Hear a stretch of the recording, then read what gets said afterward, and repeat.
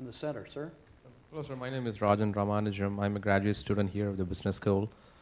My question is, you kind of talked about how you transition from the military service, getting into financial services. Apart from the, when handling people from the leadership perspective, did you see any major difference because the skill sets are totally different when you come from the military to financial services? So what kind of skills that really help you to handle the different sets of people? Job. I really had my background, my undergraduate degree is civil engineering, and I have an MS in operations research systems analysis, which is basically mathematics. But Chase was a big enough company in 75, 76 with 85,000 that they could take a chance on a mid-career hire, because I was 35 years old. I'd been in the military since I was 18. But the skills of leadership, technical competence, learning your job, the ability to communicate, I found I was way ahead of my contemporaries that had only gone to business school and hadn't had their real-world experience. Plus, I was much better able to handle the stress of the workplace from 28 months in Vietnam than somebody that had just come out of graduate school.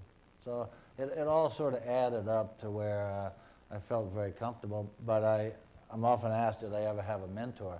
I never had a mentor. In fact, I had more people trying to de-mentor me than you know, because I was always like 4 or 5 years older than my boss, and that always was, you know, sometimes difficult.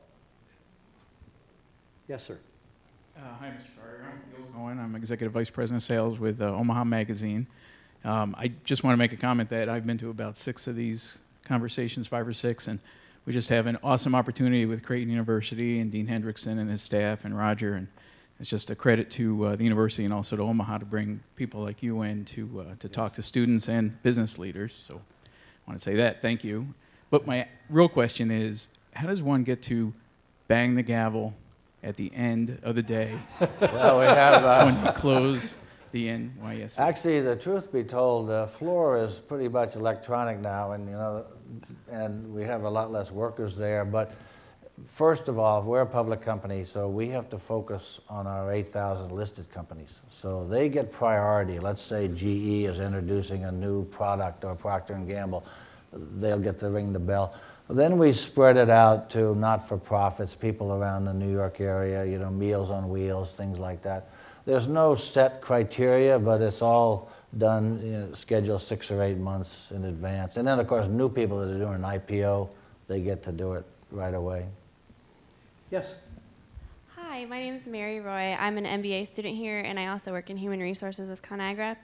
My question for you is to go back to integrity and being a trusted leader. I'm wondering, in your position, I'm sure that you've dealt with a lot of mistrust. So how have you positioned yourself to be someone that your subordinates can trust? How do you get that way myself, you mean? Yeah. How did you learn to be trusted? Well, I think going to the service academy, you know, you get ethics very early at West Point when you're like 18 as a plebe. And the penalty for poor ethics in the military is very severe because people are going to get killed or wounded if you are less than truthful on whatever you do.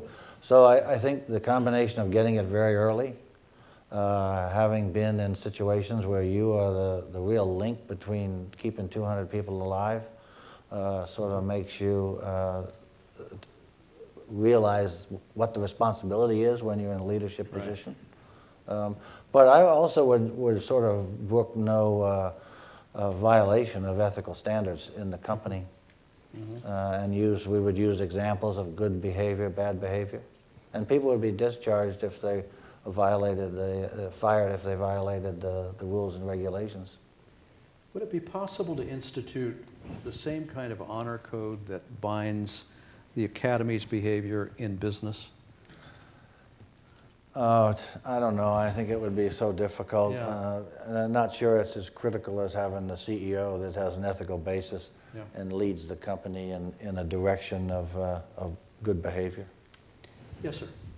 Hi, my name is Joe. I'm a freshman here at Creighton. My question for you is, speaking from my generation, I want to know how or where you see my generation being able to live even more prosperous than the generation ahead of me. Do you see any outlets or where people like me can find find outlets to live more prosperous? Like, where do you see?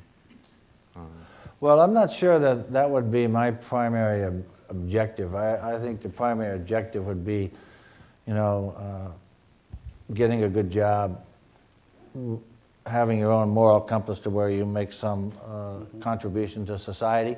Your generation had 45,000 graduates apply to Teach America last year, which shows that your generation does have a concern for society. But if your single objective is to make money, I don't think that that's good. The young guys from Harvard, I live about 8 blocks from Harvard, I live in Cambridge in New York.